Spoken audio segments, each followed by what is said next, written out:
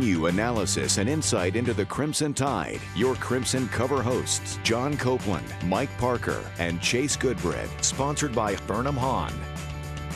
And now, Crimson Cover. Welcome to Crimson Cover Television on WVUA 23. I'm Chase Goodbread of NFL.com. Senior recruiting analyst Mike Parker to my left. Big John Copeland of the 1992 Alabama National Championship team to my right.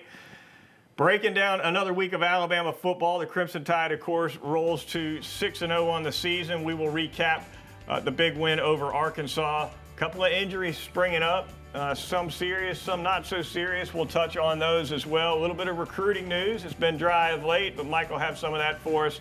We'll, of course, preview Missouri in the Know the Foe segment. We'll also have that picks contest. That picks contest tightened up just a click. Did it? I think y'all share me. We'll get there. Recruiting is about all you do. You don't bring nothing else to the table. We'll get to it. I'm bringing my wheelchair. Starting off, my wheelchair's at this table. Starting off with a bang here on Crimson Cover. All right, Alabama 65-31, a big win on the road in Fayetteville. And fellas, Tua Tagovailoa. It's like I'm a broken record every week, but it's just insane what he's doing. 334 yards, John, on 10 completions. Completed 10 balls for 334. First half. Yeah, all early. Didn't play in the fourth quarter. Hadn't played in the fourth quarter Hadn't thrown all a fourth year. quarter pass. Don't have a chance to win the Heisman. Oh, I disagree. But are y'all going to get yeah. I'm just being sarcastic. Right. Well, now Still put up 334. A couple weeks ago, you were agreeing with me, and No, I'd never agree with that. Okay, whatever. That's fine. We don't even have to go back on that. A couple weeks ago, you saw my point, we'll put it that way, about the fact that it might be difficult for a guy to win the Heisman if he only throws 12 or 15 balls a game. I think you missed my point that I was making at that time.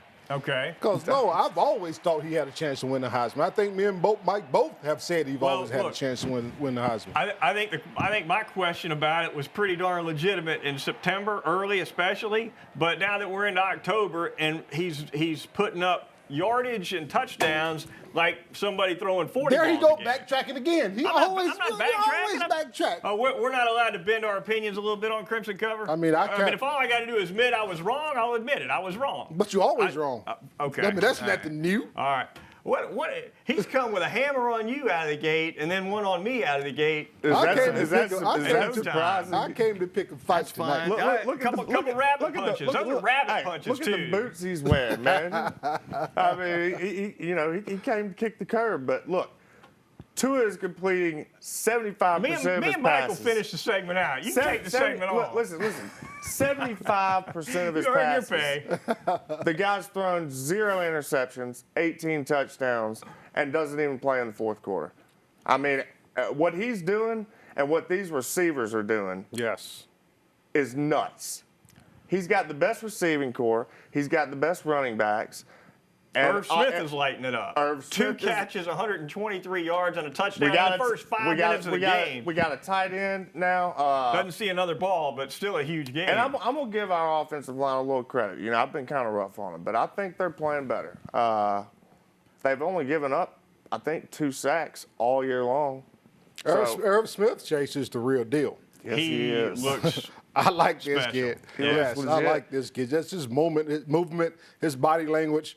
This kid is way more athletic than I thought he would be. He can block. Yes, he can block. This kid here could be something really special. When he gets going downfield with a little bit of a head of steam, one guy, it's going to take 2 to get him down. So Irv Smith definitely coming into his own. Here you see his long touchdown right out of the gate to put Alabama ahead 7-0 against Arkansas. That's a tight end running down. It's O.J. Howard-like is kind of what it looks like, but Irv Smith. More production to me. Yeah, well, think about if he'd had Tua throwing him the ball. That's true, too. But we can't go what if and what ands. I mean, I'm just simply saying. O.J. Howard would have caught a few more balls with Tua at the wheel. I don't know. Yeah, but your point's well taken. I mean, OJ, look at what he's doing in the NFL. Yeah. So. All right, defensively for Alabama, some struggles against Arkansas. Gave up 31 points, gave up 405 yards for the game. And, John, we've seen the twos struggle at times this season against other teams, but for the most part, this is the first time we've seen the one struggle, for at least for an extended stretch of a game. And Nick Saban was quick to mention it afterwards. You know, the thing is, for something like this to happen, you want it to happen against a team like Arkansas, and you want it to happen kind of early so you can address the issues.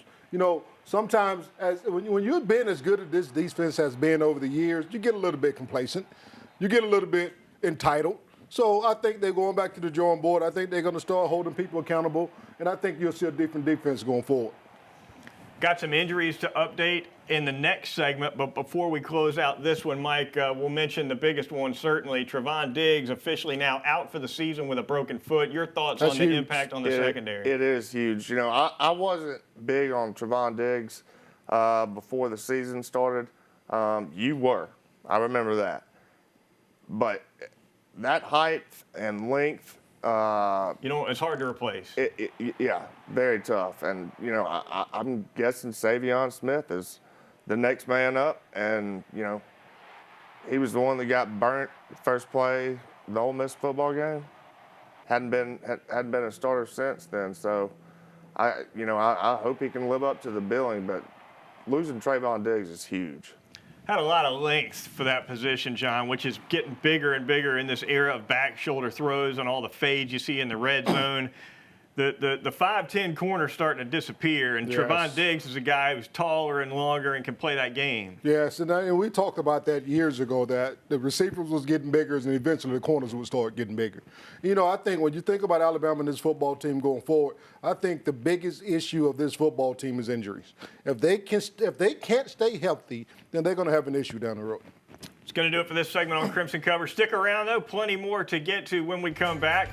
We'll take you through our Know the Foe segment as we preview the Missouri Tigers and plenty more. Stay with us. It's WVUA 23.